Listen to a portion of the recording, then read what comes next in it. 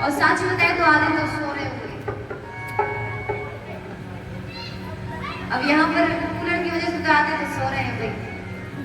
बढ़िया बढ़िया हवा मिल रही है, बढ़िया हवा है। अब सोच रहे हैं भाई इससे बढ़िया आनंद और कहाँ मिलेगा।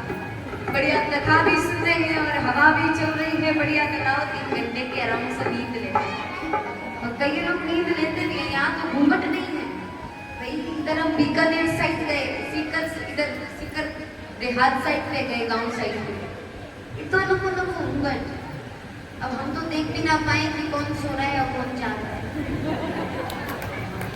अब जहाँ नींद आए सोई, धीमे धीमे यहाँ तक घूंघट था, धीमे धीमे यहाँ पर आया, धीमे धीमे यहाँ पर आया, धीमे धीमे यहाँ पहुँच गया।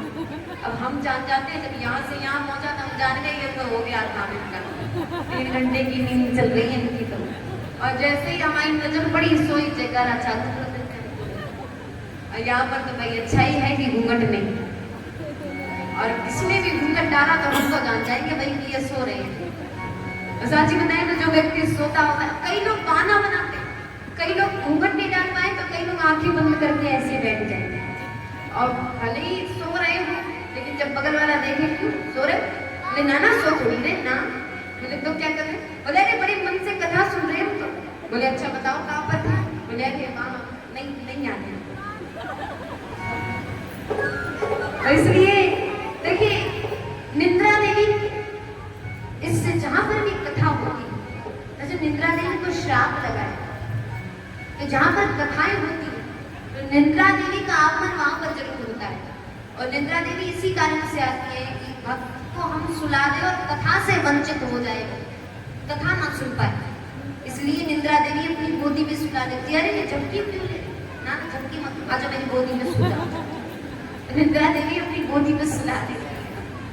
तो ये श्राप लगाए। अब व्यक्ति को कथा में नींद जरूर आती है, कई लोगों को आ रही होगी, कई लोगों को आ रही होगी। चाची बताइए मैया आ रही है, अब बताएंगे थोड़ी बेइज्जती हो जाएगी ना।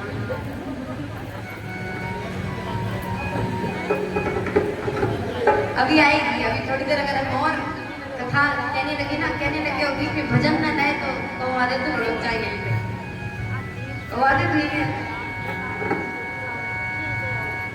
आइए एक बार हरि नाम संकीर्तन करते हैं, फिर इसके बाद नींद उड़ाते हैं, अपनी नींद उड़ाते सब। फिर इसके बाद सरस्वती ज्ञानी गंगा में गोता लगाएंगे। बोलिए कृष्ण कन्हैया लाल की।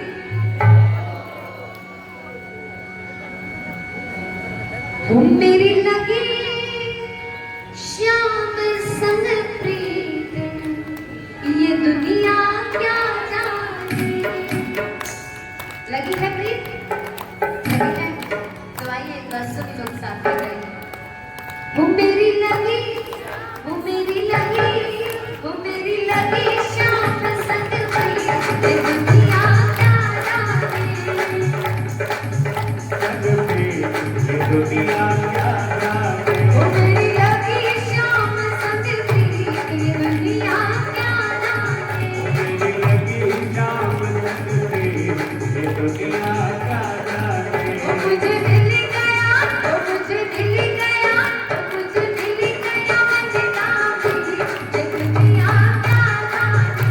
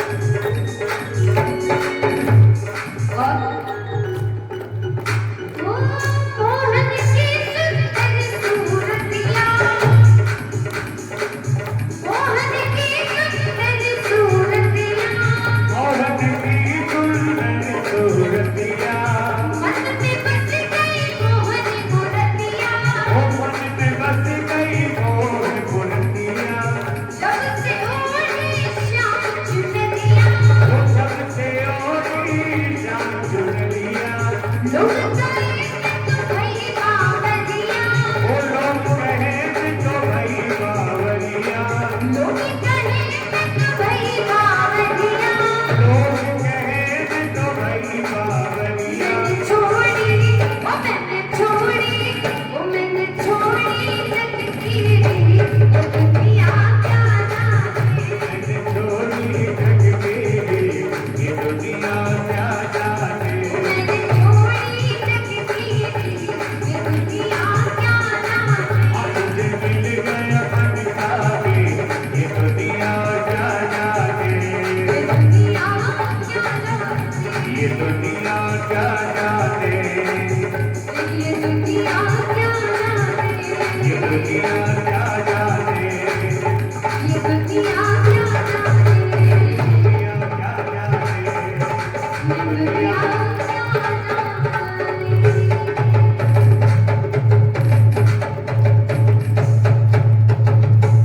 बोले सावरिया सेठ की, जय। श्याम प्यारे की, खाटू नरेश की। अब आवाज आई, अब सबकी नींद उड़ गई ऐसा लग रहा है। अभी तक सबने नींद में थे, नींद में चलते चाची। तो आइए यहीं से अब हम कथा में प्रवेश करें। तो यहाँ पर श्री सुखदेव जी महाराज राजा परीक्षित से वर्णन कर रहे हैं राजन। आइए मैं आपको उदाहरण देता हूं। एक बार हमारे श्री नारद जी, ये नारद जी बड़े ही उदास बैठे थे और तभी आगमन हो गया शौनक आदि ऋषि का। ये शौनक आदि ऋषि कौन है? ये शौनक आदि ऋषि चार भाई हैं, सनक, सरंदन, सनातन और सनत कुमार। ये चार भाई हैं और ये चारों भाई हमेशा भजन में लीन रहते हैं। इनको भजन बहुत प्रिय है। 24 घंटे सिर्फ भजन चलता है, हाथ से माला नहीं जाता, हमेशा भजन में लीन रहते हैं। इनको भजन बड़ा प्रिय है। एक दिन यही भ्रमण करते हुए जा रहे थे, तभी इनको नारद जी दिखे।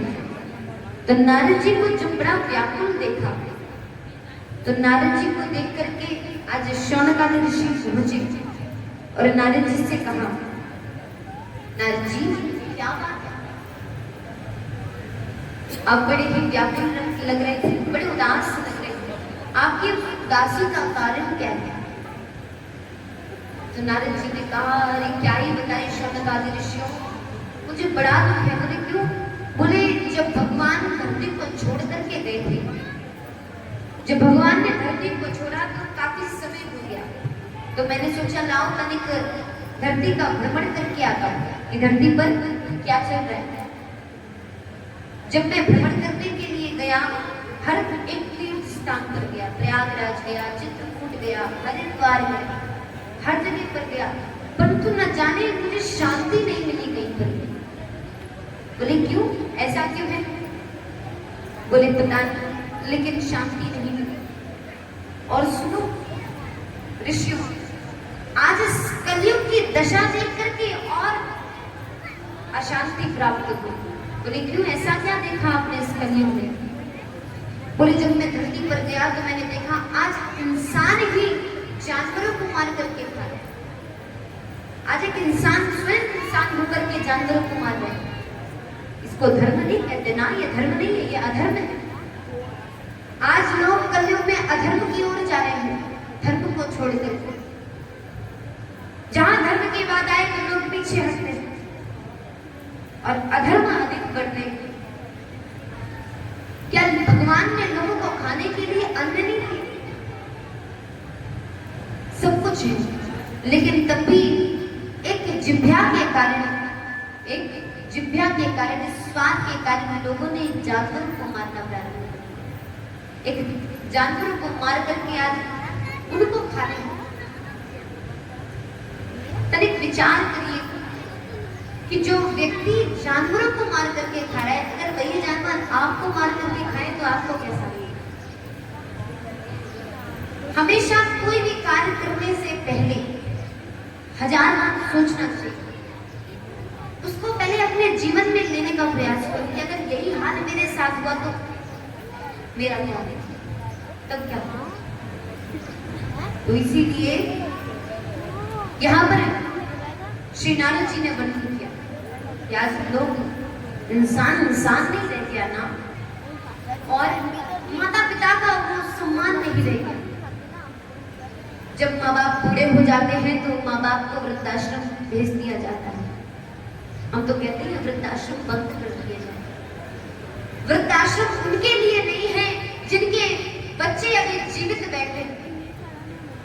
वृद्धाश्रम उनके लिए नहीं है, वृद्धाश्रम उनके लिए है जिनका दुनिया में कोई नहीं है, उनके लिए ही वृद्धाश्रम बने हैं। आजकल लोगों ने वृद्धाश्रम को यूं ही समझ लिया है कि माँ बाप की सेवा नहीं होती तो लाओ माँ बाप को वृद्धाश्रम भेज दिया जाए, माँ को सेवा होगी। अरे आपके जीवन को धिक्कार है, जिस माँ बाप ने आपको पाल पोस करके बड़ा कर दिया, आपकी इतनी सेवा करी और बड़े होकर के आप ही उनकी सेवा न कर पाओ तो आपके जीवन का धिक्कार है। इससे बढ़िया है शरीर को त्याग दीजिए, कोई आवश्यकता नहीं है, आपको जीने का कोई अधिकार नहीं है ना। अगर माँ बाप की सेवा नहीं कर सके तो दुनिया में आप कुछ नहीं कर सकते, कुछ नहीं पा सकते। आज नारद जी ने कहा आज माँ बाप का सम्मान नहीं रह गया, माँ बाप का ये हाल है, घर से बाहर निकाले जा रहे हैं, उनका भी घर नहीं रह गया। आज ये दशा देख करके बड़ा कष्ट हुआ, बड़ी पीड़ा हो रही है, बड़ा अशांति प्राप्त हो रही है। बताओ, आज जब इतनी अशांति प्राप्त हुई तो मैंने सोचा अब कोई शांत स्थान हो जहाँ भी मुझे शांति मिले, जहाँ मुझे संतुष्टि मिले। तो मुझे याद आया एक ही स्थान है जहाँ पर मुझे शांति मिल सकती है, और वो स्थान है प्यारों वृंदावन, श्री वृंदावन धाम। वृंदावन धाम चले जाओ तो आप चाहे जितने भी दुखी हो, चाहे जितना मन विचलित हो रहा हो, मन इधर उधर जा रहा हो, जैसे ही वृंदावन धाम में प्रवेश करोगे तो आपका मन बिल्कुल शांत हो जाएगा, बिल्कुल शांत। वृंदावन की महिमा ऐसी है, वृंदावन बाकी बिहारी लाल जी की कृपा ऐसी है, श्री किशोरी जी की कृपा ऐसी है। लोग कहते हैं वृंदावन जाने के लिए ठाकुर जी की आज्ञा लेनी पड़ती है ना, ठाकुर जी की आज्ञा लोगे तो लेते रह जाओगे, वृंदावन नहीं पहुंच पाओगे। अगर आज्ञा ही लेनी है तो वृंदावन की महारानी से आज्ञा लो। कौन है वृंदावन की महारानी? राधा रानी जी, लाडली जो सरकार, हमारी लाडली जो की आज्ञा लीजिए, उनकी आज्ञा की आवश्यकता है। जब तक आप उनकी आज्ञा नहीं होती तब तक आप वृंदावन नहीं पहुंच सकते, कभी नहीं पहुंच पाओगे, क्योंकि ठाकुर जी भी श्री किशोरी जी के इशारों पर चलते हैं। किशोरी जी ने जो कह दिया कि नहीं ये कार्य होना चाहिए, ठाकुर जी बोले हाँ जैसा आप कहें किशोरी जी वही होगा। तो इसीलिए अगर आज्ञा लेनी है, मनाना है तो श्री किशोरी जी को मनाइए। वृंदावन की महिमा का वर्णन कर रहे हैं। कैसा है वृंदावन धाम जहाँ पर कड़ में बाके बिहारी लाल जो विराजमान है। आज जैसे ही नारद जी ने वृंदावन में प्रवेश किया तो वृंदावन में प्रवेश करते ही बड़ी शांति प्राप्त हुई, और वृंदावन में जाते ही सबसे पहले श्री बाके बिहारी लाल जी के दर्शन किए। अच्छा, दर्शन करने के लिए कुछ नियम है, कई लोगों को नहीं पता रहता। 5 दर्शन बहुत जरूरी है वृंदावन धाम के। अब बोले कौन? देखें, सबसे पहले वृंदावन के वृक्षों के दर्शन करिए जाकर। कहाँ के? वृक्षों के पास जाइए और जाकर के उनको हृदय से लगाइए, उनके लिपट जाइए जाकर। सबसे पहला दर्शन वृंदावन जाने का एक नियम है, वृक्ष के दर्शन। दूसरा नियम ब्रजवासी के दर्शन। सबसे पहला काम ब्रजवासी के दर्शन, ब्रज के लोग हैं उनके दर्शन करिए, उनसे वार्तालाप करिए, उनसे ठाकुर की महिमा जानिए, लीलाओं का वर्णन सुनिए। तीसरा दर्शन यमुना महारानी के दर्शन। चौथा दर्शन हमारे राधा वल्लभ सरकार जी के दर्शन जरूर, राधा वल्लभ सरकार जी के दर्शन करिए। और 5 पांचवा दर्शन हमारे देवों के देव गोपेश्वर महादेव के दर्शन बहुत जरूरी है। अगर आप वृंदावन गए और इन 5 स्थानों के दर्शन नहीं किए, 5 जगहों के दर्शन नहीं किए, तो आपने दर्शन नहीं किया, कुछ भी नहीं किया ना। और वृंदावन जाने के बाद अगर आप किशोरी जी के दरबार तक नहीं गए तो कुछ भी नहीं, अधूरे रह जाएंगे दर्शन। फिर किशोरी जी सपनों में भटकते रहेंगे, आप मेरे दर्शन नहीं किए, चलो वापस चलो वापस चलो। तो इसलिए नियम है वृंदावन जाने, सब चले तो जाते हैं, कई लोग जानते भी नहीं है क्या किरकार वृंदावन में है क्या क्या। और वृंदावन जाओ तो वृंदावन में समय लेकर के जाओ, वृंदावन में 2-4 घंटे के लिए जाओगे तो कछुआ मिलने वाला, वृंदावन जाओ तो 24 घंटे के लिए जाओ तो बहुत कुछ मिलता है। और 24 घंटे में एक क्षण ही क्या, एक ही क्षण आपको दर्शन ठाकुर के जरूर हो जाएंगे। 24 घंटे गारंटी है। ये ब्रजवासियों का भाव है, ये गोस्वामियों का भाव है। गोस्वामियों ने कहा, ब्रजवासी कहते हैं कि व्यक्ति अगर वृंदावन धाम में 24 घंटे रुक गया तो उसको 24 घंटे में 1 मिनट तो जरूर प्रभु के दर्शन हो जाए, कहीं ना कहीं किसी भी रूप में, पता ना किस रूप में प्रभु के दर्शन हो जाए, कोई नहीं पता। प्रभु साक्षात तो प्रकट नहीं होंगे, प्रभु हमेशा रूप बदल करके आते हैं। आपको पहचानने की आवश्यकता रहती है, आप उसको पहचानने का प्रयास करें तब आप पहचान पाओगे। साची बताए तो कई बार दर्शन हुए वृंदावन में, स्वयं अपनी सत्य घटना बता रहे हैं। एक बार हम श्री ठाकुर जी के दर्शन करने के लिए गए थे और प्रेम मंदिर को जानते होंगे सब लोग। आजकल तो सोशल मीडिया का समय है, जो नहीं जानते होंगे वो सोशल मीडिया पे देख करके जानते हैं। सोशल मीडिया, इंस्टाग्राम, फेसबुक, इस पे ही जानते होंगे। तो एक बार ऐसे हम गए प्रेम मंदिर, 2 दिन हो गए भ्रमण करते करते वृंदावन धाम का। हमारे दिमाग से निकल के हम भूल गए कि हमने ठाकुर जी को 2 दिन से जल नहीं पिलाया, ठाकुर जी को 2 दिन से जल नहीं पिलाया, याद नहीं था। तो जब प्रेम मंदिर गए तो प्रेम मंदिर के दर्शन ही कर रहे थे, तभी छोटा सा, बिल्कुल छोटा सा, इतना बड़ा बालक, मुख से बोल भी नहीं पाता, 1-1.5 साल का होगा, सही से बोलना भी नहीं आता। उस बालक को बड़ी जोर की प्यास लगी थी, तड़प रहा था प्यास के मारे, बिलख रहा था प्यास की वजह से। और हमारे पास थोड़ा सा पानी था, 1 ढक्कन से भी कम पानी होगा। उसकी मैया भी थी साथ में। उस बालक का स्वरूप ऐसा था, इतना सुंदर स्वरूप था। उस बालक ने पीला पीताम्बर धारण कर रखा था, पीला पीताम्बर। और जैसे ठाकुर जी का स्वरूप होता है, सिर पर मोर मुकुट धारण था। और जब वो बालक मेरे पास में आया तो उसकी मैया ने बोला, आपकी बॉटल में अगर थोड़ा सा पानी हो तो मेरे बालक को पिला दो, बड़ा जोर का प्यास आ गया। अब उसकी मैया हाथ में जल लेकर के पिलाए, उसे पानी अधिक था नहीं, जल था। अरे भैया एक काम करो, इस ढक्कन में पानी डालो और लाला को पिलाओ, बड़ी जोर की प्यास लगी उसे। वो बिल्कुल उछलने लगा प्यास के मारे। जब उस बालक को पानी पिलाए तो उसकी मैया ने एक प्रश्न किया उस बालक से, लाला एक बात बता, तुझे जल किसने दिया? तो वो बालक बेचारा बोल भी नहीं पाता था। उस बालक ने इशारा करके बताया, मुझे इसने पानी दिया इस। और जैसे ही वो बालक वहां से गया, मेरे पास से गया, तब एकदम से दिमाग में आया, एकदम से याद आ गई कि अपने ठाकुर जी को 2 दिन से पानी नहीं पिलाया, मेरा ठाकुर प्यासा बैठा है, स्वयं ठाकुर जी पानी पीने के लिए जल प्राशन करने के लिए आए। तो ठाकुर जी के अगर दर्शन मन से करो तो कहीं पे भी दर्शन हो जाएंगे आपको। उसको मन से बुलाओ, उसको मन से निहारो, तो आपको एक पत्थर में से प्रभु की छवि नजर आएगी, बिल्कुल नजर आएगी। ठाकुर जी का दर्शन करने के भाव से जाओ। और साची बताए तो वृंदावन धाम इस भाव से ना जाओ कि वृंदावन धाम की कचौड़ियाँ बड़ी फेमस है, बरसाने की लस्सी बड़ी फेमस है, लाओ तनिक स्वाद लेकर के आते हैं कि वृंदावन की लस्सी और कचौड़ियाँ कैसी हो। इस भाव से जाओगे तो कभी दर्शन नहीं होंगे ठाकुर के। इस भाव से जाओ, लाओ तनिक आज ठाकुर से मिल करके आते हैं, मेरे ठाकुर के हालचाल लेकर के आते हैं, मेरा कन्हैया कैसा है। इस भाव से जाइए तब तो दर्शन होंगे। आज यहाँ पर नारद जी वृंदावन की महिमा बता रहे हैं। ऐसा है वृंदावन धाम, जहाँ पर जाते ही मन को बड़ी शांति प्राप्त होती है।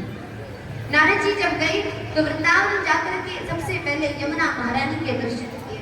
और यमुना महारानी के पास जाकर के बैठ करके यमुना महारानी को 2 भजन सुना डाले।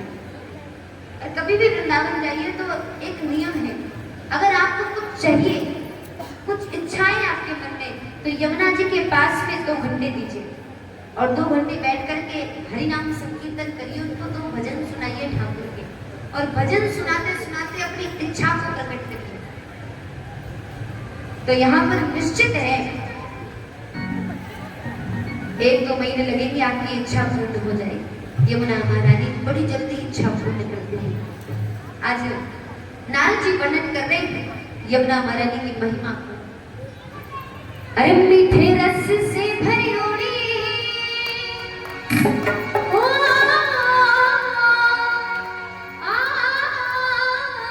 मीठे रस से भरी होड़ी,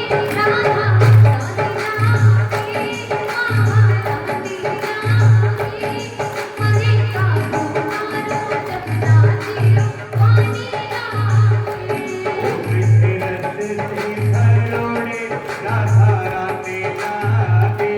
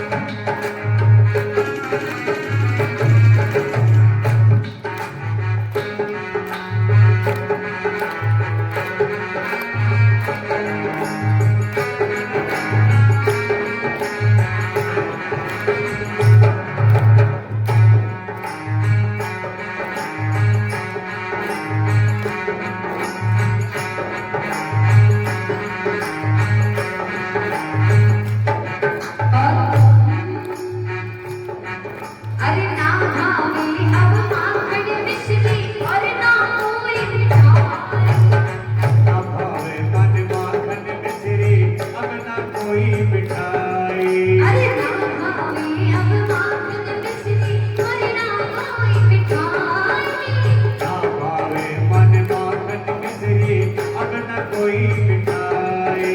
अर्जी बढ़िया ने भावे अब तो राधा नाम मनाए।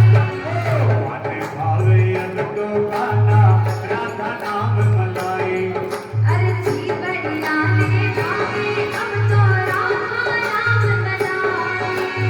जीवन जाते भावे अब तो राधा नाम मनाए।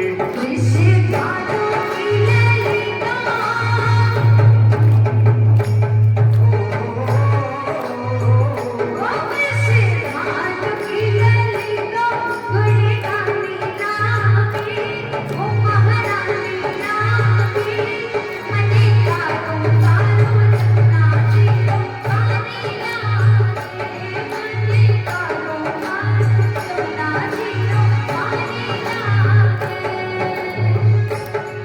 करोड़ी राधा रानी लागे, माला रानी लागे।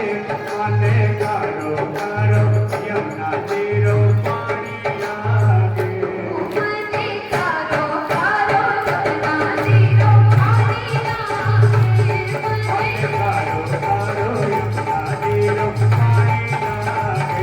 माने कारो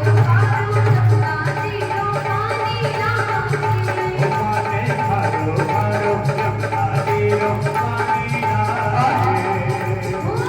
एकली खड़ी रे मेरा भाई, एकली खड़ी।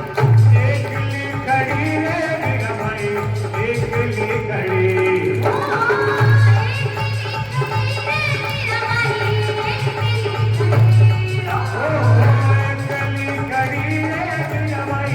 एकली खड़ी।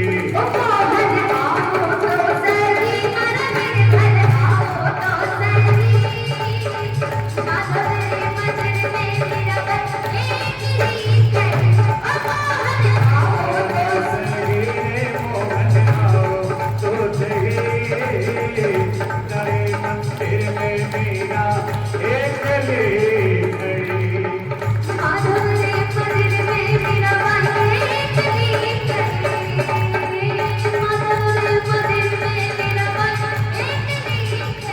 एकली खड़ी। मेरा भाई एकली खड़ी।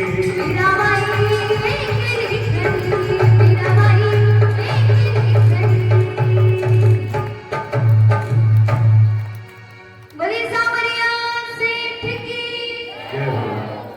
बोले कृष्ण कन्हैया लाल की, बोले खाटू नरेश की। अब आवाज आई, अभी तो पता ही नहीं चल रहा कि कोई है भी। ऐसा लग रहा है 2-4 बैठे हैं बस उनको ही कथा सुना रहे हैं। और जब तक आवाज नहीं आती तब तक आनंद नहीं आता। जब तक जयकारों की आवाज नहीं रहेगी तब तक बिल्डिंग से सब नीचे कैसे उतरेंगे। ऐसे तो आपको तो पता ही नहीं कि कथा हो गई। अब जब तक आप नहीं चिल्लाओगे जब तक हम नहीं चिल्लाएंगे तब तक कैसे हमारे पहुंचे।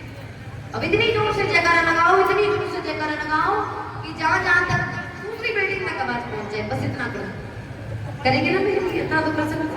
अब इतनी देर से चिल्लाते चिल्लाते भी 6 दिन और चिल्लाना, 6 दिन हम भी चिल्लाएंगे और आप भी चिल्लाएंगे, ठीक है। क्योंकि जब कथा विराम हो, जब आप कहीं जाओ तो लोग कहें कि लगता है ये कथा से आए हैं। क्यों? तो गला बैठ के आए चिल्ला चिल्ला। बोले ठाकुर जी महाराज की। अब पहुंच गई हूँ, अब आया फिर तनिक जोश आया। बस ऐसे ही जोश 6 दिन बनाए रखना, ठीक, बनाए रखियो। और ना जोश आए तो हमें बता दियो, कोल्ड ड्रिंक्स में उसी की व्यवस्था कर लेंगे तो जोश अपने आप आ जाएगा।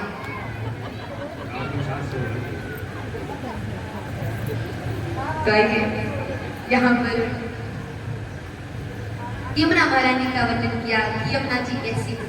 यमुना जी के दर्शन कर ही रहे थे हमारे श्री नारद जी।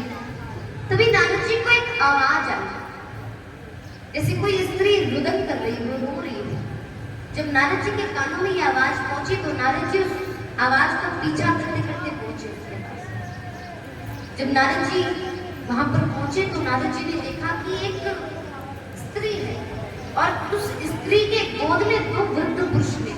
वृद्ध माने जानते हैं क्या होता है? नहीं पता। वृद्ध माने राजस्थानी भाषा में बोले तो डोकरो,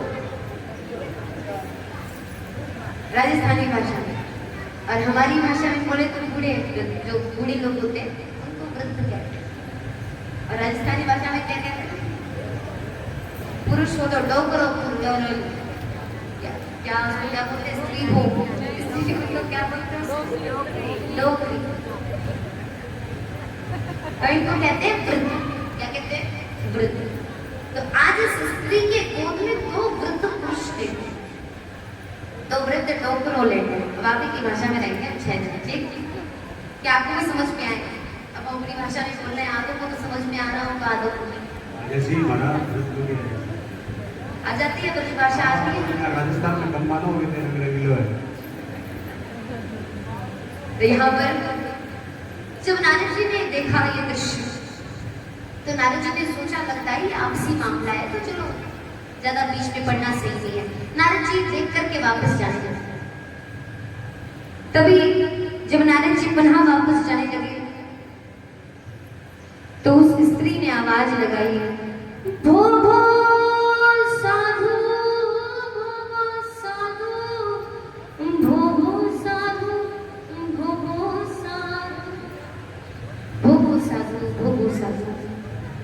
जब ये आवाज सुनी नारद जी ने, तो नारद जी ने पीछे देखा, अरे स्त्री मुझे बुला रही है। नारद जी गई, हाँ देवी बताइए। तो आज वो देवी नारद जी को देख करके रुदन करने लगी। नारद जी ने परिचय पूछा, देवी आप अपना परिचय दीजिए, आप कौन हैं और आपका क्या दुख है, बताइए तनिक अपना परिचय दीजिए। आज वो स्त्री अपना परिचय दे रही है। क्या? अहम भक्ति ऋतिख्याता इमो में तन्मयो मतो। आज अहम भक्ति ऋतिख्याता इमो में तन्मयो मतो। आज वो स्त्री कह रही, अहम भक्ति, मेरा नाम है भक्ति, मैं भक्ति महारानी हूँ। अच्छा, आप भक्ति महारानी हैं, आपके जो दो गोद में दो वृद्ध पुरुष हैं, जो दो वृद्ध पुरुष लेते हैं, ये कौन है? तो आज भक्ति माता कह रही है, ये कोई और नहीं, ये दोनों मेरे ही पुत्र हैं। ये ज्ञान और वैराग्य है, ये दोनों पुत्र मेरे हैं। नारद जी ने कहा, देवी आप तो स्त्री ठीक ठाक लग रही, आप तो वृद्ध नहीं लग रही, परंतु आपके दोनों पुत्र वृद्ध कैसे? तो आज यहाँ पर भक्ति महारानी ने आज पूरी अपनी कथा सुनाई। आज भक्ति महारानी कह रही है, नारद जी सुनिए, मेरा दुख क्या है कि मेरे दोनों बालक वृद्ध कैसे हुए। उत्पन्ना द्रविड़ी साहु वृद्धिम कर्नाटके गता। नारद जी, मेरा जन्म हुआ है द्रविड़ देश और मैं बड़ी हुई हूँ कर्नाटक। वहां से मैंने महाराष्ट्र में प्रवेश किया और महाराष्ट्र में कुछ ऐसे ऐसे दिव्य स्थान थे जहाँ के मैंने दर्शन किए। बड़ा ही मान सम्मान हुआ महाराष्ट्र में। इसके बाद मैंने महाराष्ट्र से गुजरात में प्रवेश किया। जैसे ही मैंने गुजरात में प्रवेश किया तो गुजरात में कुछ ऐसे पाखंडियों ने मेरा अंग भंग कर दिया। जब मेरा अंग भंग होने लगा, मैं वृद्ध होने लगी, मैं शक्तिहीन होने लगी, शक्ति क्षीण हो गई। आज ऐसा लगा जैसे मृत्यु निकट आ रही है। आज ऐसा लग रहा था कि इस स्थान को छोड़कर के किसी शांत स्थान पर चले जाए, और शांत स्थान सिर्फ एक है जहां पर आज हम विराजमान है, वृंदावन धाम। इसलिए मैंने वृंदावन धाम में प्रवेश किया। वृंदावन पुनः प्राप्ते नवीनेव स्वरूपिणी। वृंदावन पुनः प्राप्ते, जैसे ही मैंने वृंदावन में प्रवेश किया तो वृंदावन की ऐसी महिमा हुई, ऐसी कृपा हुई कि वृंदावन में प्रवेश करते ही मैं जो वृद्ध थी, वृंदावन में प्रवेश करते ही मैं जवान हो गई। और मैं तो जवान हो गई नारद जी, पर तुम क्या ही बताऊं मैं अपना दुख।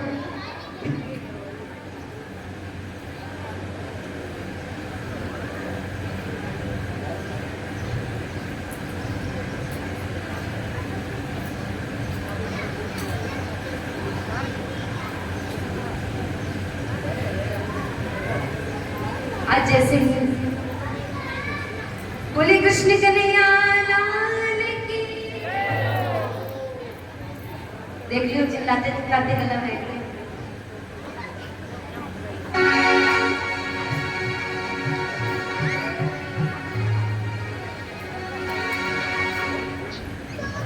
हेलो वक्रतुंड महाकाय सूर्य कोटि समप्रभा निर्विघ्नं करो मे देव सर्वकार्येषु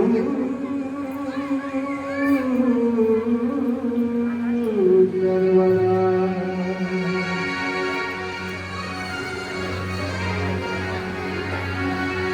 तेरा पल पल बीता जाए मुख से जप ले नमः शिवाय। तेरा पल पल बीता जाए मुख से जप ले नमः शिवाय। ओम नमः शिवाय ओम नमः शिवाय ओम नमः शिवाय ओम नमः शिवाय।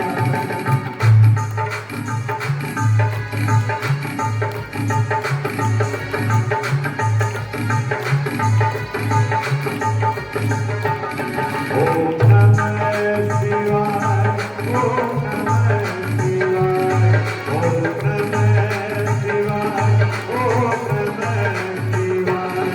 तेरा पल पल बीता जाए मुख से जप ले नमः शिवाय। तेरा पल पल बीता जाए मुख से जप ले नमः शिवाय।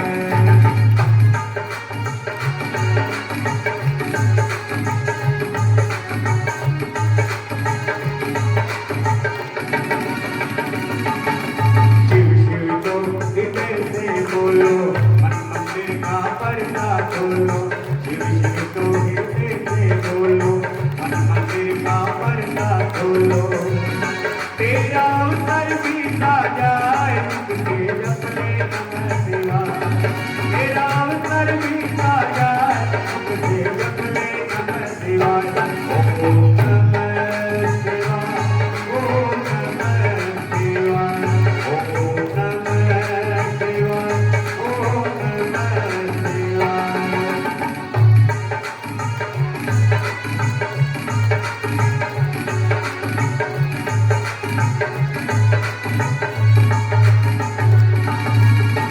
दुनिया पंछी का मेला समझो उड़ जाना अकेला।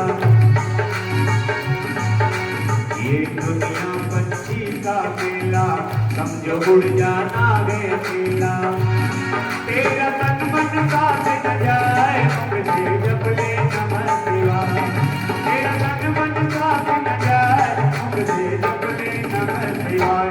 ओम नमः शिवाय ओम नमः शिवाय ओम नमः शिवाय ओम नमः शिवाय।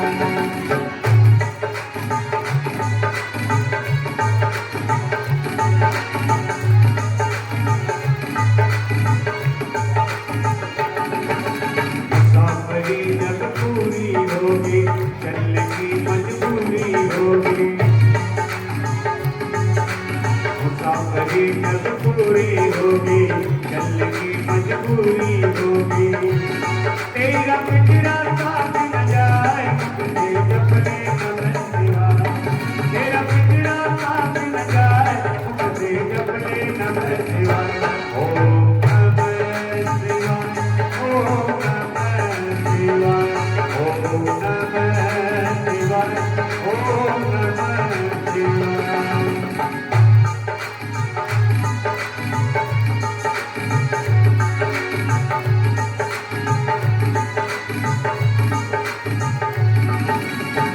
पूजन में मस्त बने जा भक्ति सुलारत पान किए जा। शिव पूजन में मस्त बने जा भक्ति सुलारत पान किए जा। दर्शन विश्वनाथ के पाए मुख से जप ले नमः शिवाय। दर्शन विश्वनाथ के पाए मुख से जप ले नमः शिवाय। ओम नमः शिवाय ओम नमः शिवाय ओम नमः शिवाय ओम नमः शिवाय।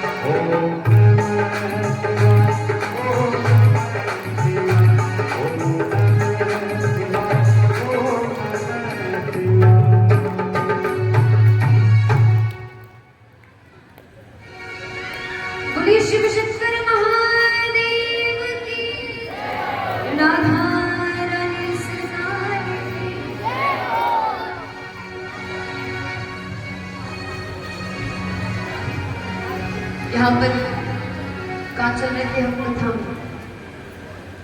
हम बहुत जल्दी भूल जाते हैं। हमने कहा आप याद दिलाते रहा। बताइए हम कथा में कहाँ चल रहे थे? अब इससे पता चल जाएगा कौन कौन कथा सुन रहा था।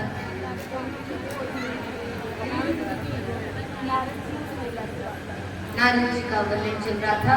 भक्ति महारानी अपना परिचय दे रही थी। तो यहाँ पर हमारी श्री भक्ति महारानी कह रही है कि जैसे मैंने वृंदावन धाम में प्रवेश किया, तो वृंदावन में प्रवेश करते ही मैं तो जवान हो गई, परंतु मेरे जो दोनों पुत्र हैं ये वृंदावन में प्रवेश करते ही वृद्ध हो गए, बूढ़े हुए, डोकरों बन गए। यहाँ पर भक्ति महारानी निधन करने लगी। नारद जी, न जाने कब से मेरे दोनों पुत्र इस प्रकार से वृद्ध पड़े हैं, बेहोश पड़े हैं। मेरे पुत्र को ठीक कर दीजिए ना नारद जी। अगर आपने ये कर दिया तो आपकी बड़ी कृपा हो जाएगी हम पर। नारद जी ने बहुत प्रयास किया, बहुत प्रयास किया। वेद शास्त्र का पाठ किया, कानों श्लोकों का गान किया, परंतु ज्ञान वैराग्य थोड़े तो उठे, परंतु पुनः बेहोश होकर के मोदी पर गिर पड़े। आज अनेकों बार प्रयास करने के बाद आकाशवाणी होने लगी, अरे नारद, इस प्रकार से प्रयास मत कर, ये ज्ञान और वैराग्य ऐसे ठीक नहीं होंगे। इन ज्ञान और वैराग्य को श्रीमद्भागवत महापुराण का स्नान कराइए। कथा सुनने मात्र से ये ज्ञान और वैराग्य दोनों बिल्कुल जवान हो जाएंगे। जब ये आकाशवाणी सुनी तो नारद जी ने यही किया। आज नारद जी ने श्रीमद्भागवत महापुराण ज्ञान वैराग्य और भक्ति महारानी को सुनाई, और इस भागवत को सुनने मात्र से जो ज्ञान और वैराग्य वृद्ध पड़े थे, बूढ़े पड़े थे, जवान होकर के बीच पांडाल में प्रकट हो गए। और जैसे ही प्रकट हुए तो सब बड़े प्रसन्न हो गए कि आज एक भागवत श्रवण करने मात्र से, कथा सुनने मात्र से ये ज्ञान वैराग्य जो उठ नहीं पा रहे थे, जो बेहोश हालत में पड़े थे, मूर्छित अवस्था में पड़े थे, आज वो जवान होकर के हमारे समक्ष खड़े हैं। भक्ति महारानी नारद जी को धन्यवाद करती है। नारद जी, आपका बहुत बहुत धन्यवाद। आपने मेरी इस दुख को, मेरे इस विडंबना को दूर कर दिया। नारद जी, अब एक काम करिए, आपको एक काम और करना पड़ेगा। बोले क्या? अब हमें कोई निवास दे दीजिए। हम कहाँ पर रहें? हमें कोई स्थान दे दीजिए। जब ये बात कही तो नारद जी ने कहा, जाओ भक्ति महारानी, आज से हम आपको एक स्थान देते हैं, जो कि स्थान है भक्तों का हृदय। जहां पर भी एक व्यक्ति के मन में थोड़ी सी भी भक्ति का प्रादुर्भाव हो, आप जाकर के उसके हृदय में विराजमान हो जाएंगे। इस प्रकार से आज भक्ति महारानी को भक्तों के हृदय में निवास दी। इस प्रकार से ज्ञान और वैराग्य को श्रीमद्भागवत कथा श्रवण करने मात्र से मुक्ति प्राप्त हुई। अब यहीं से धुंधकारी के चरित्र की ओर चलते हैं कि ये धुंधकारी प्रेत कैसे बना। अब श्री सुखदेव जी महाराज कह रहे हैं, राजा परीक्षित से, राजन आपने हमें प्रश्न किया था कि क्या कोई प्रेत भी इस कथा को सुनने मात्र से तर जाता है, मुक्ति प्राप्त हो जाती है? तो बिल्कुल हो जाती है। आइए मैं आपको एक कथा सुनाऊंगी।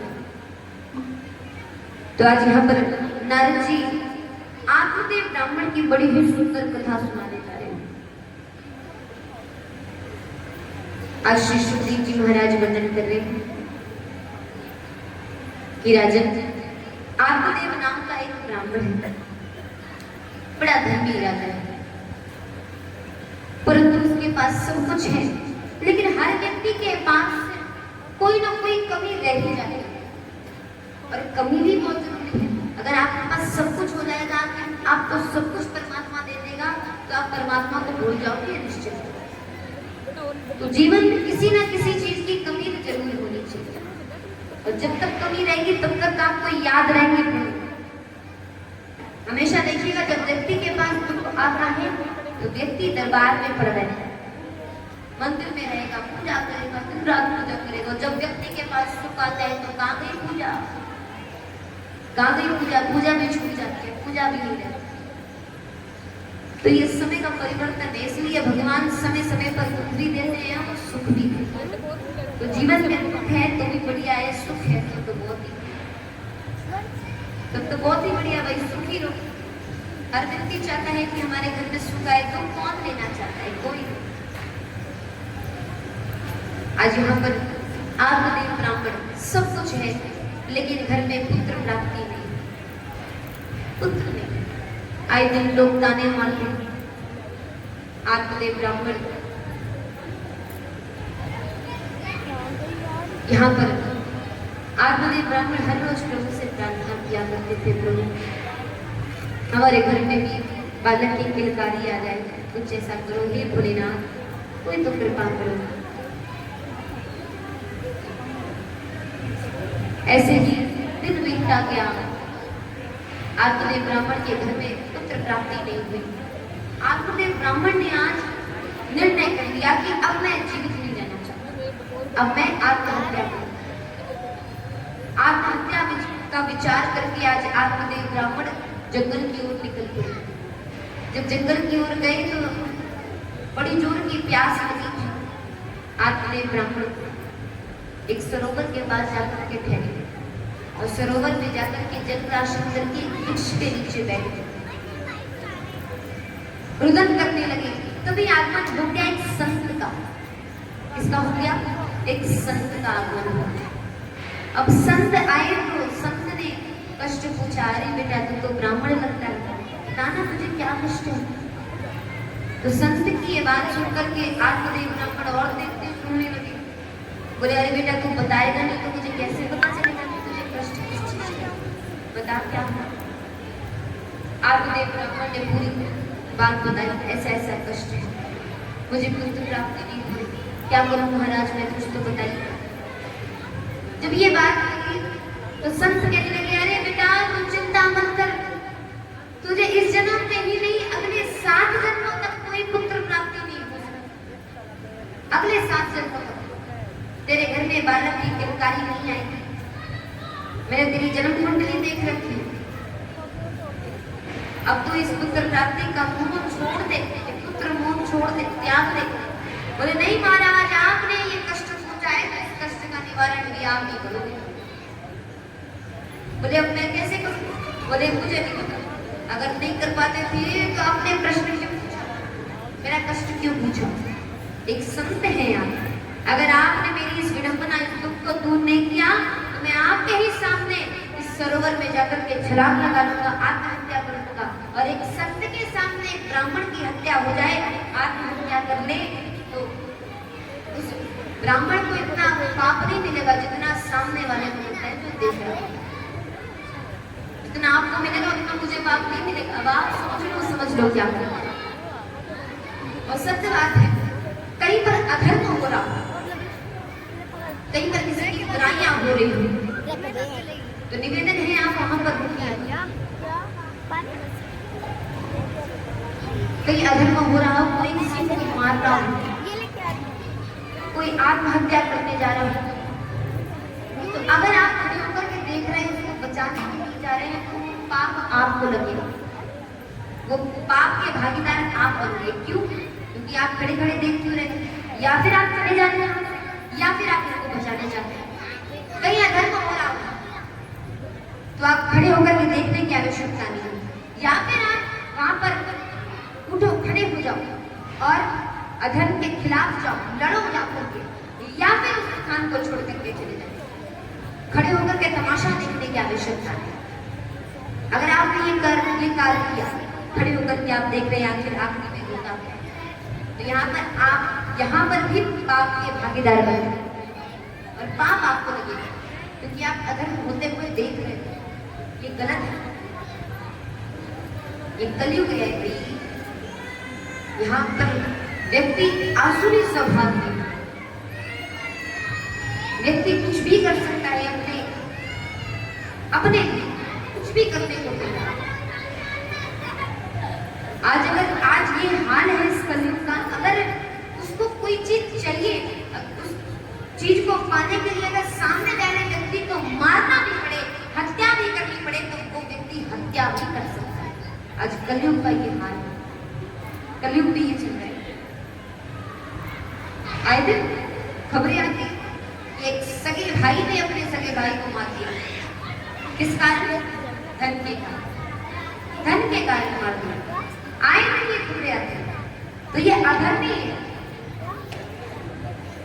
ये अधर्म बढ़ता चला जा रहा है। आज तो अधर्म थोड़ा सा कम हुआ है जब से ये भक्ति का प्रचार होने लगा, थोड़ा तो कम हुआ। वरना आए दिन अधर्म बढ़ रहे थे, लोग समझाते समझाते थक गए, लेकिन लोगों ने नहीं सुना। लोगों के सामने हत्याएं हो रही है, लोग खड़े होकर के गा रहे हैं, वीडियो रिकॉर्डिंग हो रही है, वीडियो रिकॉर्डिंग कर करके सोशल मीडिया में डाली जा रही है। अरे सोशल मीडिया में डालने की कोई आवश्यकता नहीं। अगर आप कुछ कर सकते हो तो वीडियो बनाने की आवश्यकता नहीं है आपको। वहां पर कुछ कर पाओ तो जाकर के उससे लड़ो, उस व्यक्ति को बचाओ, तब आप असली व्यक्ति कहलाओगे, तब आप यहाँ पर इंसान कहलाओगे। अगर खड़े होकर के देखते रहो तो इंसान इंसान नहीं है। इंसान उसे कहते हैं, असली इंसान व्यक्ति को कहते हैं कि सामने वाला व्यक्ति दुखी भी हो तो उससे अधिक दुख आप हो रहे कि नहीं, वो सामने वाला व्यक्ति दुखी है, बड़ा मुझे कष्ट है, वो असली इंसान। उसको इंसान नहीं कहते कि सामने वाला दुखी है और इधर वाला हंस रहा है, बड़ा उसके दुख को देख देख करके हंस रहा है, तो ये गलत है। आज यहाँ पर आत्मदेव ब्राह्मण जिद करने लगे, महाराज आत्महत्या करूंगा। संत ने सोचा मैं ये तो नहीं करने दे सकता। इधर आ गया ब्राह्मण देवता। आज संत ने अपनी झोली से एक फल निकाला और दे दिया और कहा जाओ इस फल को अपनी अर्धांगिनी को खिला देना, इससे तुम्हें बड़ी सुंदर पुत्र की प्राप्ति होगी, बड़ी ज्ञानी पुत्र की प्राप्ति होगी। लेकिन इस फल को पाने के भी कुछ नियम है और हर गर्भवती स्त्री के लिए एक नियम रहता है। जब स्त्री गर्भवती हो, जब गर्भ में बालक प्रविष्ट हो, तो उनको कुछ नियमों का पालन करना चाहिए। 21 दिन का ब्रह्मचर्य का पालन करना चाहिए। अगर आपने ये कर दिया तो आपने सब कुछ कर लिया। विवाह के बाद 21 दिन का ब्रह्मचर्य करना चाहिए और जब तक बालक गर्भ में है तभी ब्रह्मचर्य का पालन करना चाहिए। इससे आपके गर्भ में जो बालक बन रहा है साक्षात परमात्मा की प्राप्ति हो सकती है। परमात्मा का अंश आ जाएगा पुत्र के अंदर। और जब गर्भवती स्त्री का समय चलता हो तो उसका नियम एक है कि उस स्त्री को दिन भर में, पूरे दिन में सिर्फ एक समय ही भोजन करना चाहिए, सिर्फ एक समय। कहते नहीं है कि ज्यादा खाओ तो बुद्धि मोटी हो जाती है, तो नहीं रहता, ज्यादा खिला दिया जाए तो बुद्धि मोटी हो जाती है। तो इसीलिए गर्भवती स्त्री हमेशा एक समय भोजन करना चाहिए। गर्भवती स्त्री के लिए नियम बता रहे। और जब गर्भवती स्त्री हो तो उसको भजन और संकीर्तन और यहाँ पर भागवत कथा, अनेक कथा, कोई भी कथा हमेशा सुननी चाहिए। और इधर उधर की वार्तालाप, इधर उधर की चर्चाएं, लड़ाई झगड़े से बहुत कोसों दूर हो जाओ। इन दिनों में बिल्कुल दूर हो जाइए। और इन नियमों का अगर आपने पालन कर लिया तो निश्चित है भगवान का कोई अंश आपके घर में प्रकट हो जाएगा, निश्चित है अंश आएगा भगवान का। अब यहाँ पर ये नियम बताया संत ने, कोई नियम बताया। और इन आत्मदेव ब्राह्मण की एक धर्म पत्नी है, नाम है भिंडनी। अब नाम से ही जान गए होंगे कि ये भिंडनी कैसी होगी, क्योंकि जानते हैं ना नाम का प्रभाव व्यक्ति के ऊपर बहुत पड़ता है। जैसा नाम वैसा काम, व्यक्ति का जैसा नाम होता है वैसा काम होता है। तभी तो कहा जाता है कि निवेदन है नाम बड़ा सोच समझ करके रखा। आजकल के तो नाम ही क्या ही बताएं, किसी का नाम चिट्टू हो गया, किसी का नाम पिट्टू हो गया, न जाने कैसे कैसे नाम रखे जा रहे हैं। किसी का नाम प्रिंस हो गया, ऐसे ऐसे नाम रखे जा रहे हैं कि इनका कोई अर्थ नहीं।